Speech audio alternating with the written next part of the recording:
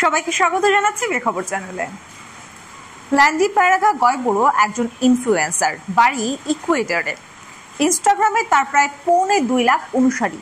সম্প্রতি খুন হয়েছেন 23 বছর বয়সী ল্যান্ডি। স্থানীয় একটি রেস্তোরাঁয় খেতে গিয়েছিলেন ল্যান্ডি। দুপুরের খাবার সামনে নিয়ে তিনি সেখানে ছবি তোলেন। সেখানে অবস্থান করার সময় ওই ছবি ইনস্টাগ্রামে আপলোডও করেন। তদন্তকারীরা বলছেন ওই ছবি দেখে ল্যান্ডের অবস্থান চিহ্নিত করেছিলেন খুনিরা। এরপর সেখানে গিয়ে নৃশংসভাবে খুন করেন জনপ্রিয় এই ইনফ্লুয়েন্সারকে। ল্যান্ডকে খুন করতে ওই রেস্তোরাঁয় দুজন বন্দুকধারী গিয়েছিলেন।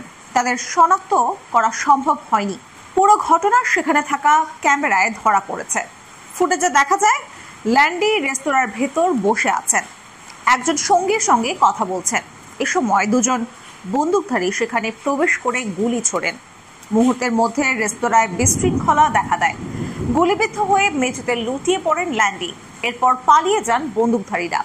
দেখা যায় সাবেক বিউটি কুইন, যিনি সুন্দরী প্রতিযোগিতায় বিজয়ী হয়েছিলেন, সেই ল্যান্ডির রক্তাক্ত দেহ রেস্তোরাঁর ভেতর পড়ে আছে। এই ঘটনায় তদন্ত চলছে। তদন্তকারীরা বলছেন ইনস্টাগ্রামে ল্যান্ডির অনুসারীর সংখ্যা 1,73,000। রেস্তোরাঁয় বসে মধ্যাহ্ন ভোজের ছবি দেখে তার অবস্থান জেনেছিলেন খুনিরা। তবে ল্যান্ডিকে খুন করার কারণ এখনো জানা যায়নি। এই নিয়ে কিছু গুঞ্জন ছড়িয়েছে। যেমন কেউ বলছেন স্থানীয় একজন কুখ্যাত গ্যাং লিডারের সঙ্গে ল্যান্ডির সম্পর্ক ছিল।